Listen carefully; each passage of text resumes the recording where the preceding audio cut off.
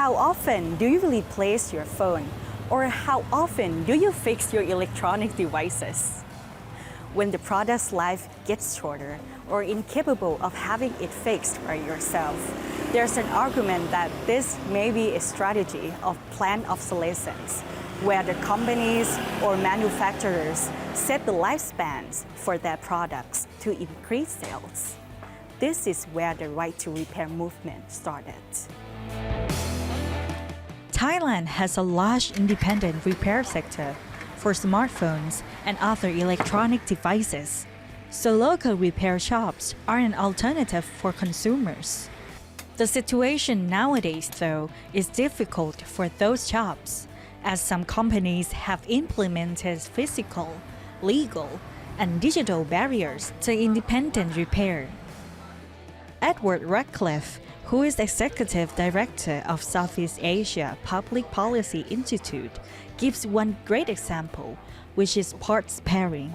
If you go to an independent repairer and you have a battery or a screen replaced, something like that, then essentially the phone will reject that part because it isn't coordinated and serialized by the manufacturer themselves or by an authorized dealer. Some of those companies provide repair services, but they can be expensive. As a result, consumers throw their products away and buy new ones. This means that Thailand has to deal with the environmental impact of electronic waste. Thailand produces around 450,000 tons of e-waste per year, and studies indicate around 25,000 tons of that is e-waste from smartphones and tablets, which are highly repairable and fit well into a right to repair framework. The concept of the right to repair movement is for consumers or repair shops to have the right to fix products with access to parts, tools, and documentation. Right to repair has some legal provisions in the EU and some states in America, but not in many areas of Southeast Asia. Thailand, however, has proposed the Liability for Defective Goods Bill, or Lemon Law, which is a bill aimed at enhancing consumer protection against defective products. Edward believes that adding a right to repair law could ease the e-waste issue. So around mandatory or mandating for access to parts and schematics and manuals for repairers and banning the practices like parts pairing. Those aren't in the law. They could be in the law. กฤษดาแสงเจริญทรัพย์ Director of the Master of Laws program at Rangsit University, points out the challenges for this movement in society. One of the challenges is the consumer's mindset. ถ้าอุปกรณ์เราเก่าปุ๊บหรือเสียปุ๊บส่วนใหญ่แล้วเรามักเลือกที่จะทิ้งมากกว่าเลือกที่จะซ่อมตรงนี้น่าจะเป็นปัญหาหนึ่งเลยครับ Another challenge is the trustworthiness of the local repair shops. Most independent shops are fixing stuff by themselves without instruction manuals from manufacturers.